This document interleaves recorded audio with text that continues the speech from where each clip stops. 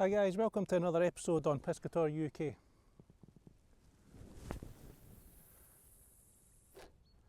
You join me back on the bank, which has been a long time coming really, and I'm sure many of you have been looking forward to another episode on the shore, fishing the bombarda float, and that's what I'm doing today.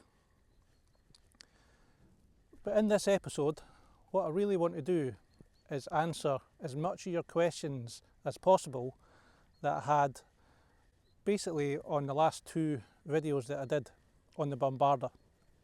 And I had a ton of questions. Obviously I do like to answer as many questions as I can, but what better way to do it than actually show what I'm doing practically on the shore, how I'm doing it, go through the setup, which I will do at the end. I'll go through the entire setup in more detail at the end of the video, and I'll answer as many of your questions that I've had on the channel since those videos came out on the bombarda.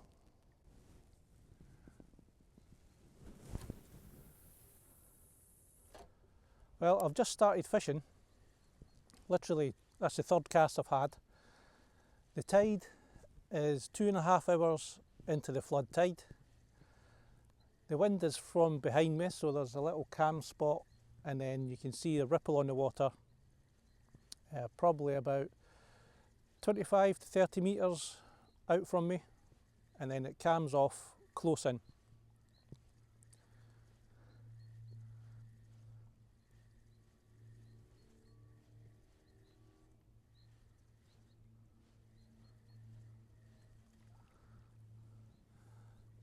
So anytime I start on a venue using the bombarda, I just have a look about. I look to see what water may hold fish. I've got a little bay here that comes into my left, and I'm literally just doing a few casts about. I'm not quite sure of the depth of water, as I've never fished this little area before, and I just thought, yeah, it might be quite good. Which will come on to one of the questions, and that is, when I'm looking at a venue to fish, what is it that I'm actually looking for that I think may hold fish, or what is it I prefer to fish? And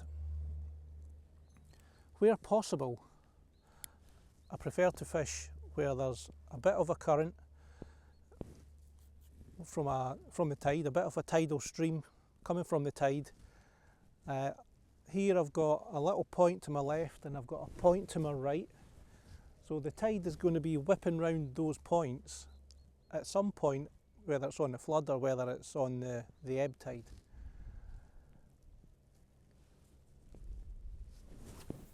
So in terms of watercraft, I just prefer where there's a bit of movement in the water when I'm using the bombarda. And weather conditions today are pretty much perfect. The wind's not too strong, so you can cast nice and easily. The wind's from my back, and most importantly for me is it's overcast. Now, it's not to say that you're not going to catch fish in bright conditions.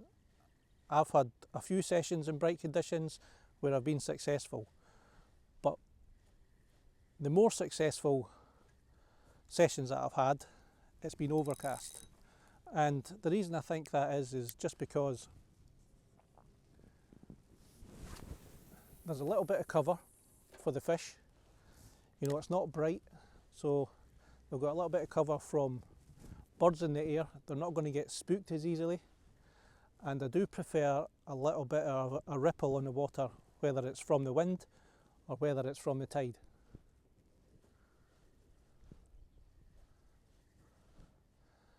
And that is what I actually look for in a venue for using the bombarda.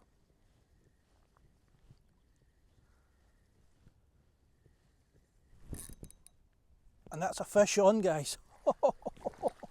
What a hit.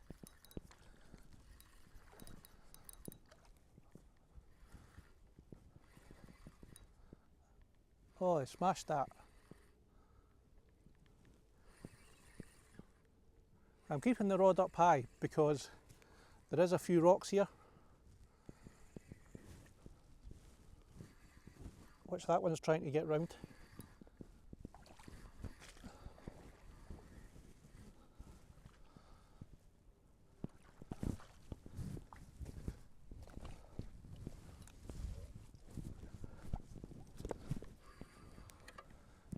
It's a nice fish.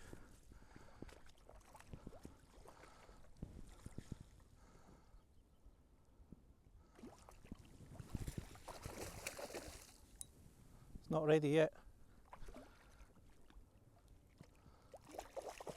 I wish I had the other camera on my chest. It's maybe a couple of pounds. Stunning silverfish.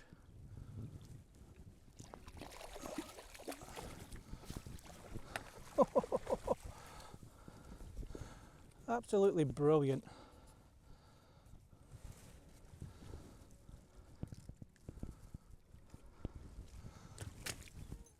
I'll get a quick look at this fish on camera before I take the hook out. Just wet my hands.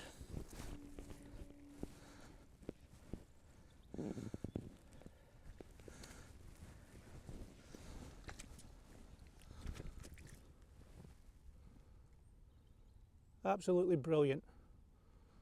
About the 6th cast. Get this unhooked quickly and see if we can get another one and answer more of the questions.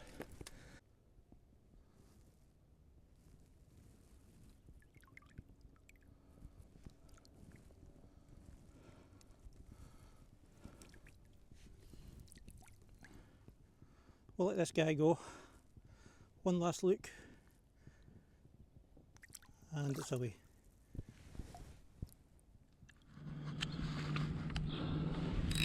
Hey guys, I've got you back on the chest cam. I'm not sure if I got all that fish taken on camera. I think it was a little bit far away from me, so I apologise if you missed some of that footage. I'm just straightening out this lure. That was a lure that had done the business. Little sandeel pattern. I've probably had more sea trout and bass on this lure than any other lure. So we'll get cast out again and I'll continue to answer some questions while I'm still shaking from that first fish.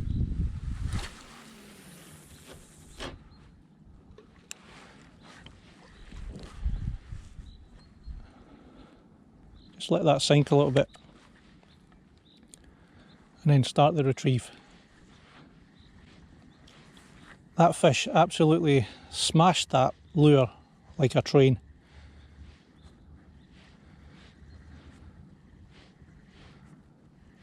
I probably just started to retrieve and maybe had about 5 turns on the reel, I think it was. I'll look back on the footage and wham.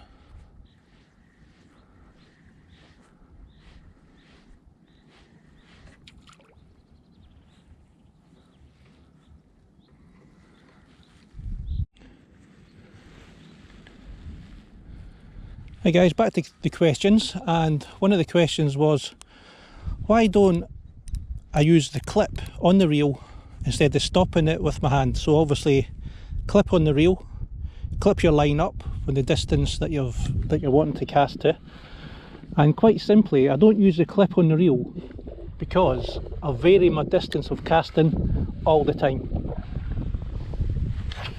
And if I had the clip on, then it would restrict me in my casting. I may see a fish moving and I may want to cover that fish, and you know, if the clip's on at a certain distance, then I'm going to be restricting myself. So the reason why I don't clip the line up.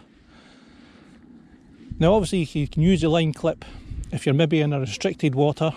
Say there's a bank in front of you and you don't want to obviously cast into that bank, then by all means it would be a good idea to clip your line up just so that you don't overcast.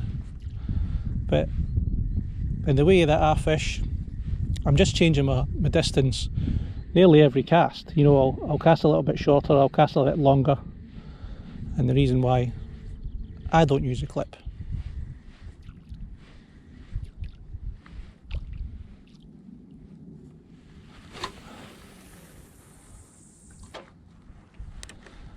Another popular question I've been asked is, can you use this method, you know, with a long leader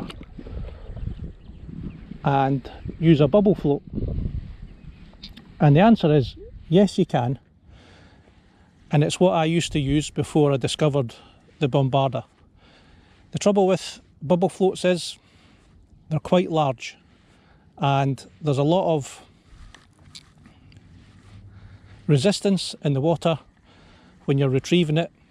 You can't work a bubble float the same as you can a bombarda, because the bombarda is more streamlined.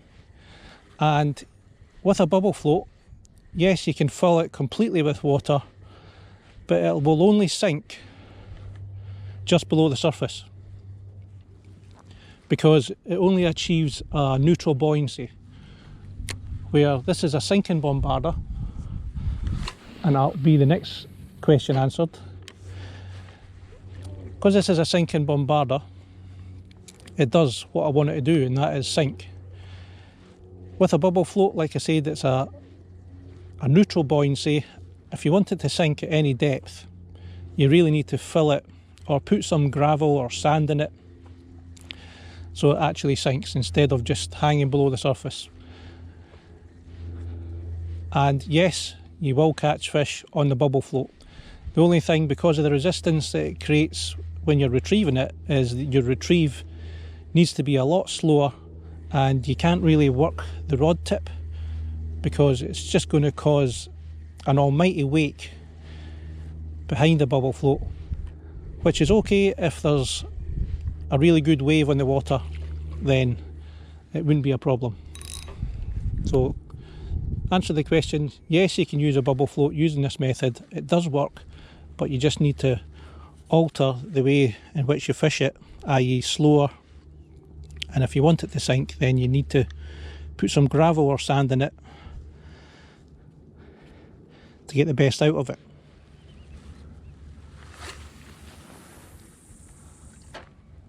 Coming on to the next question on sinking bombardas, I was asked, what bombarda do I prefer to use?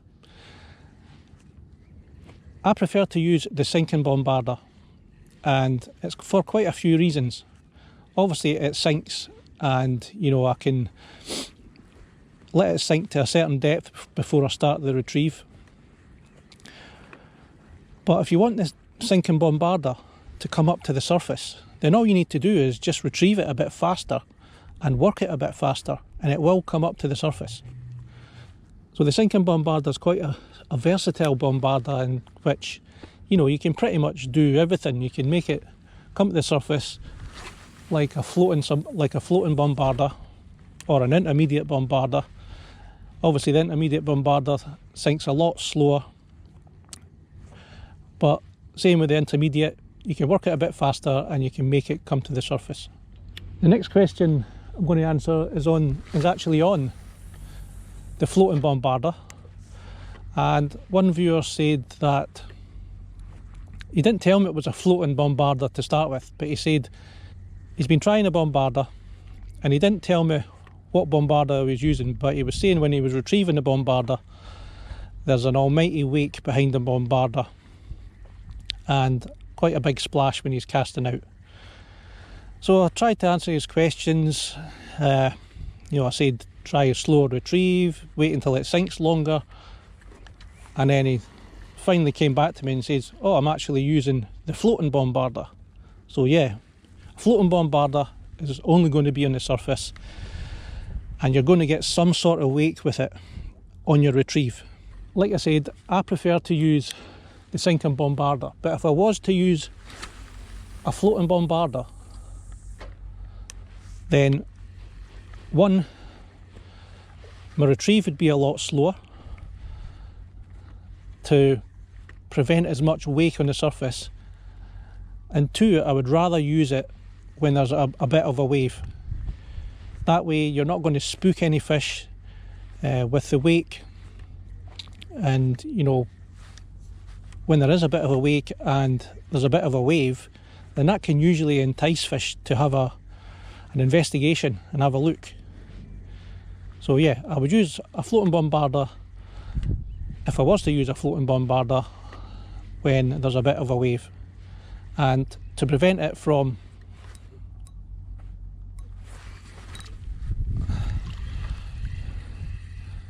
causing too much of a wake on your retrieve is just retrieve it and work it a lot slower. Much like I said about the bubble float.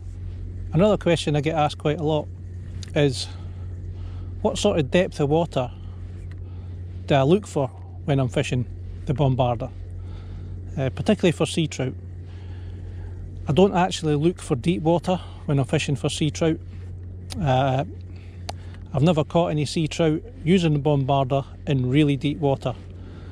Generally, at the end of the cast, you know, which my casts are quite long sometimes, the depth of water is only going to be about 10-15 feet maximum. But most of the takes always come when you're approaching the shallower water, i.e. coming up the bank, coming up the shore. Most of your takes will always come in shallower water, I think. And in my experience, that's what happens. So I don't really look for deep water. Like I said, on the full cast, the maximum is probably about 15 feet deep. And I'm working that lure coming into shallower water where most of the takes will actually come. In fact, you can get a lot of takes literally at their rod tip. You know, once you see the bombarda in the water coming towards you, quite often you can see sea trout or bass following the lure.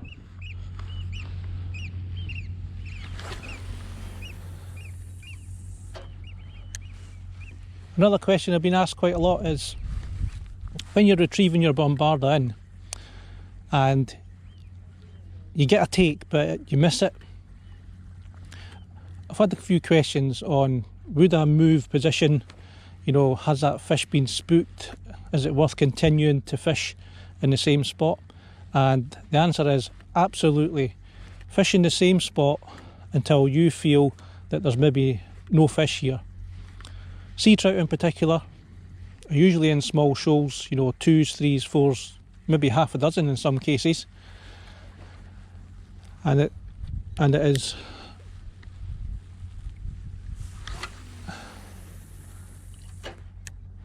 you should try a few more casts in that same spot, because you know the next cast you could get a take. And where bass is concerned, if you get a hit on the way in, a lot of the time that first hit is a proper sign of a bass. They'll come up, smash the lure, don't actually take it like they would if it's a sand eel. They'll smash the sand eel, stun it, and they'll come back to take it. So normally if I get a hit like that, so you get a thud on the rod tip, I'll pause for a second and then I'll start the retrieve as normal, and quite a few times a bass will take that again after it's initially stunned the lure, or thinking it's stunned a bait fish.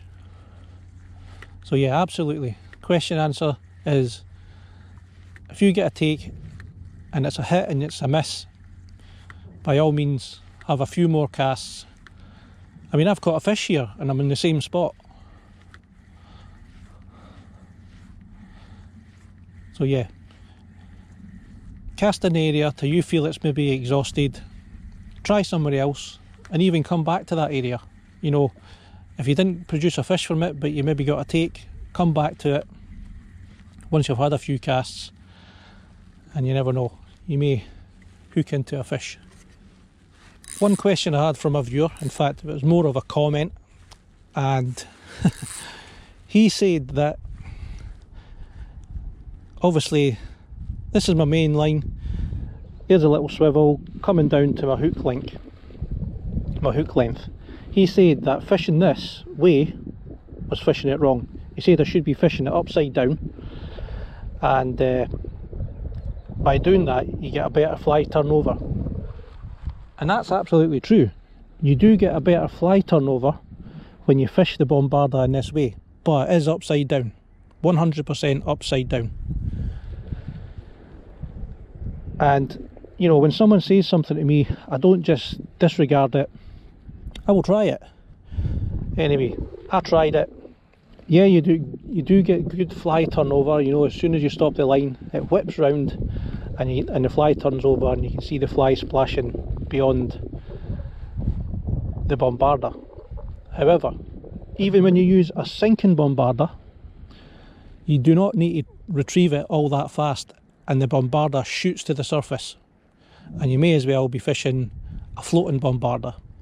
So that totally answers that question, that yeah, you can fish it if you want, but you're basically going to be fishing a floating bombarda even though it's sinking. I just thought I'd have a little move after getting a fish at that other area. Felt like I exhausted the area in casting, and I just thought I'd try another spot.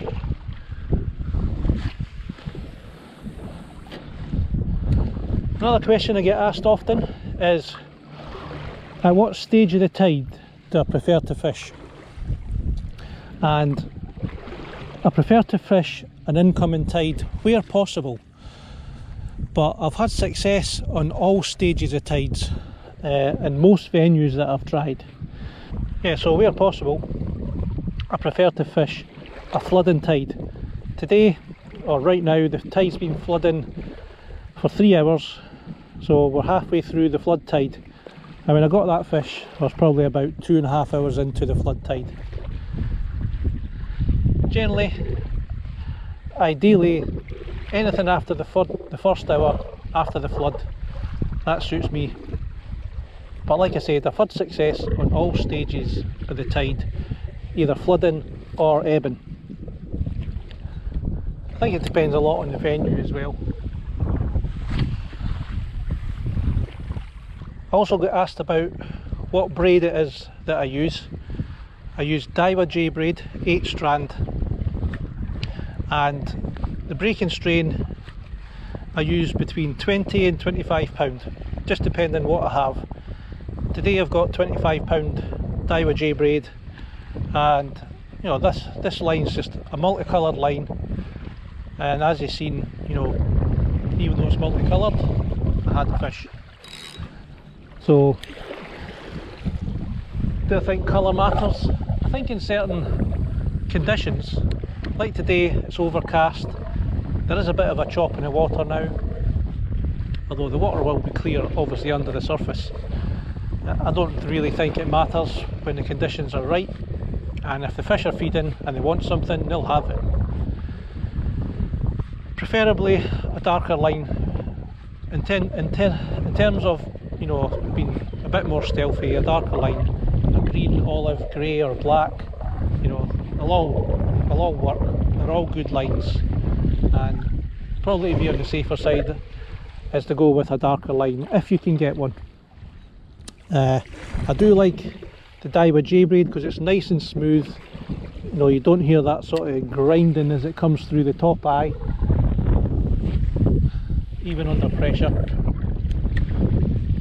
Another question I get asked is, you know, how should you work the lure when you're retrieving? And the answer is, you can do whatever you think is right on the day. You know, there's a bit of a chop on, I could, you know, really work the lure, and if it comes to the surface, it comes to the surface. It's not going to make much difference. There's the odd wave breaking anyway in the surface.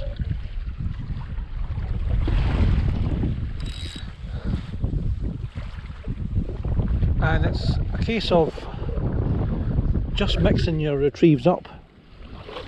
You know, do a straight retrieve, without doing any sort of movement into the lure, doing erratic movements, you know, pause and wind, anything to mix it up, as long as it's just not the same straight retrieve every time.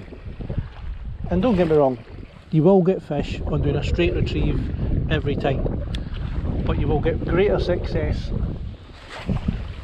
if you work the lure even a little bit.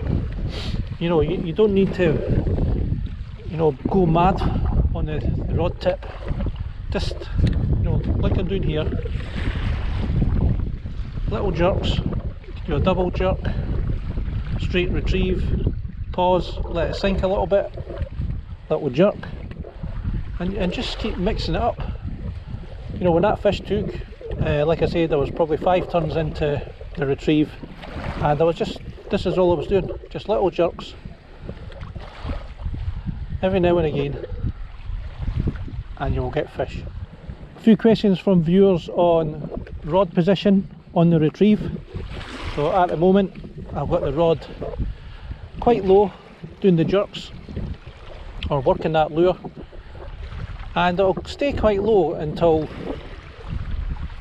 I start coming into shallower water. Just got a bit of weed there.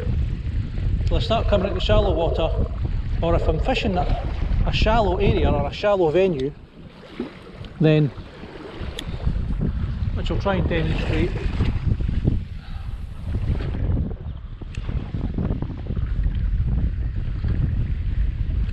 Let's get some of that slack line off. You know, once you cast out, you're casting into usually relatively deep water or deeper water, and you can keep your rod low. But as you come into shallow water, must be quite a bit of weed here, then you just lift your rod tip as you're approaching closer into the bank, and that way you'll keep the lure moving, and also if you're fishing over, you know, reeded area or snagged area, then you're less likely to lose your lure or fly, whichever it is you're using. Another question you get asked is, do I only use these ultralight lures, you know, the sort of fly type lures? And the answer is no. You can use soft plastics like a red gill, maybe about 10cm red gill, and they work absolutely fine, and they are fantastic for bass as well. But I prefer to use like the fly type lures that's got feathers, and I just think they're, as much as red gills are lifelike, I just think these work far better in the water.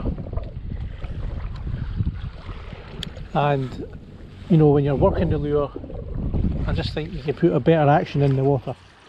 Hi guys, I just thought I'd take this opportunity to talk about the rod setup and the bombarda setup, just for those that are new to the channel and that have maybe not seen it before. So the rod itself is an 11-foot rod, and it's just quite a cheap rod. It's a Rovex Captive, 11 foot, and it's rated 20 to 50 grams. It's quite a heavy rod, but I generally only do a fishing session for about 2 hours, 3 hours at most. So it's, although it's quite heavy, it does me for what I need it for. The reel, this is a Penn Battle 3, and it's a 2500 size reel.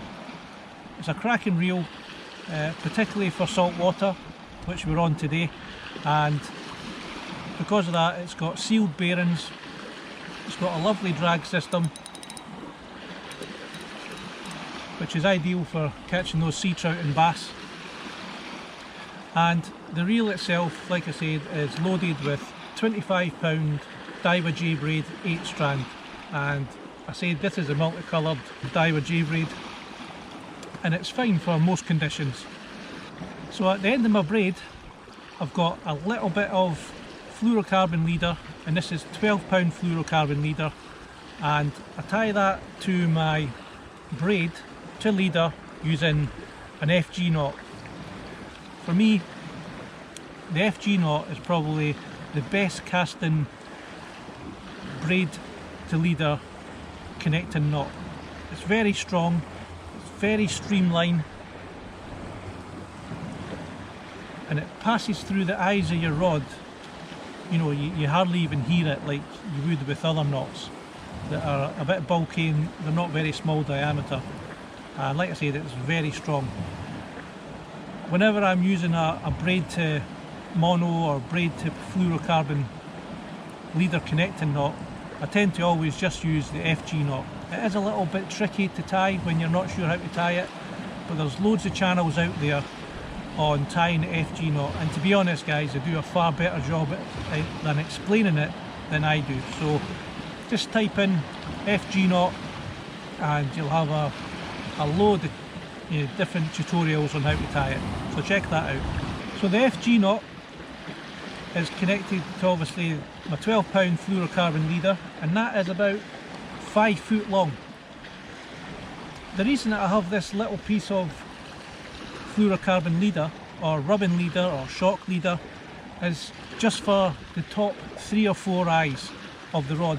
Just gives it a little bit of protection from the rod tip against the braid, and that's the reason why I have this little piece of fluorocarbon shock leader.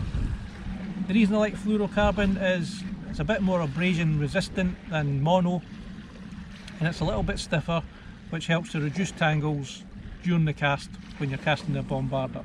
So 5 foot fluorocarbon, and the bombarda that I use most of the time is a 25 gram bombarda, and this is a sinking bombarda, and Abu Garcia make this one, and there's loads of other companies that make them, but this one's by Abu Garcia. And guys, after the last couple of videos that I did on the bombarda, Amazon sold out, and you know, after getting 60,000 views or 20,000 views within the first few days of the video, then you can understand why they sold out. If you live in the UK, Angling Active online, or if you can go into store, Angling Active do the Abu Garcia bombarda, and they do it in a few different sizes as well. They also do the floating, and they also do the intermediate as well. Like I said, I just tend to use the sinking bombarda, as I can, if I want it to go on the surface, then I just work it a little bit faster. So the first bit of leader runs through the bombarda, and that is the correct way to tie the bombarda on. Not like that, but like that. Just like that. I then have a small rubber bead, and that rubber bead just protects the knot that goes onto the swivel. And the knot that I use for this is the uni knot. The uni knot is quite a strong knot, I believe, one of the strongest out there. It's easy to tie as well, and if you want to see that, I'll put a link up above and you can check out my other knots that I use predominantly. So after the swivel, I then tie on another piece of fluorocarbon. In this case it's 10-pound fluorocarbon.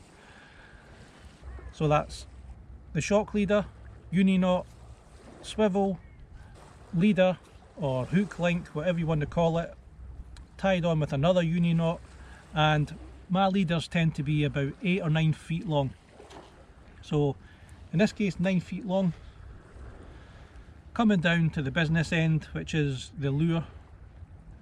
And I generally always tie my lures on of this type, light lures, with a non-slip loop knot. And as I said before in my other videos, the reason that I like the non-slip loop knot is there's more movement in your lure. Just gives a little bit more articulation, I feel. So rather than the lure following the line in a straight line if it's hard tied to the eye, it's just got a bit of movement. You know, it can move about freely, so if you pause it could dip rather than following the line down as it's sinking. So as the lure sinks, you know, it can move like this. On the jerk it'll move up, and it'll move, you know, like I said, with a bit more articulation. and that is the setup, you know, in its entirety. And for me it's very simple. And as always guys, if you've got any questions, you know, feel free to make a comment and I'll get back to you and answer them as best I can. And hopefully this little video has answered quite a few of those other questions that I've been getting on the channel in using the bombarda. And you know, I was lucky enough to get a fish straight away. I'm praying that that footage came out on camera, because I was a little bit far away from the camera. But if I've answered a few of your questions, then I've achieved my goal and what I set out to do today, and that was to answer your questions. So guys, thanks very much for watching, and I'll see you next time on Piscator UK.